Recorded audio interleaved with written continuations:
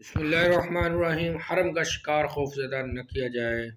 1833 حضرت ابن عباس رضی اللہ تعالی عنہما سے روایت ہے کہ نبی صلی اللہ علیہ وسلم نے فرمایا، اللہ تعالیٰ نے مکہ کو قابل احترام قرار دیا ہے۔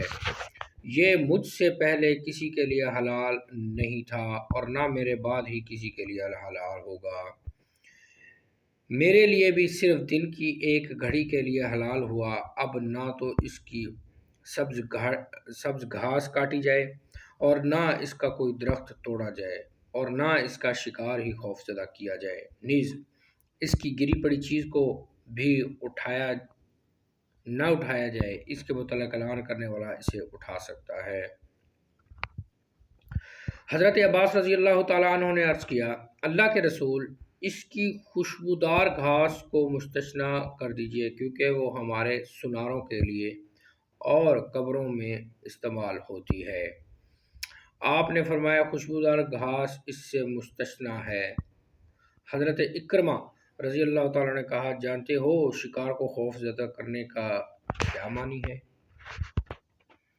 وہ یہ کہ شکار کو سائے سے بھگا کر خود اس جگہ بیٹھ جائے۔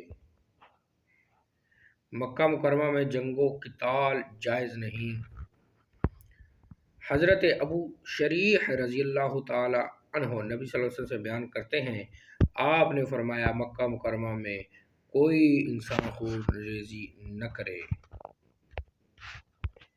1834 حضرت ابن عباس رضی اللہ تعالی عنہما سے روایت ہے، انہوں نے کہا، نبی صلی اللہ علیہ وسلم نے فتح مکہ کے روز فرمایا، اب ہجرت باقی نہیں رہی، البتہ جہاد قائم اور خلوص نیت باقی رہے گا، اور جب تمہیں جہاد کے لیے نکلنے کو کہا جائے تو فوراً نکل پڑو۔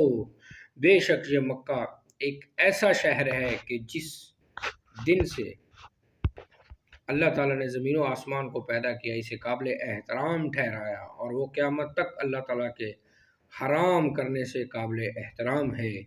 اس میں جنگ کرنا مجھ سے قبل کسی کے لیے حلال نہ ہوا، میرے لیے بھی دن کے کچھ حصے میں حلال ہوا، اب وہ اللہ کی حرمت سے قیامت تک حرام ہے، اس لیے اس کا کانٹا نہ توڑا جائے اور نہ اس کے شکار ہی کو ہراساں کیا جائے۔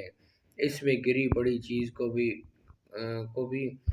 نہ اٹھائی جائے۔ ہاں، جو شخص اس کی تشہیر کرے وہ اٹھا سکتا ہے۔ اس کا سبز گھاس کاٹنا بھی جائز نہیں۔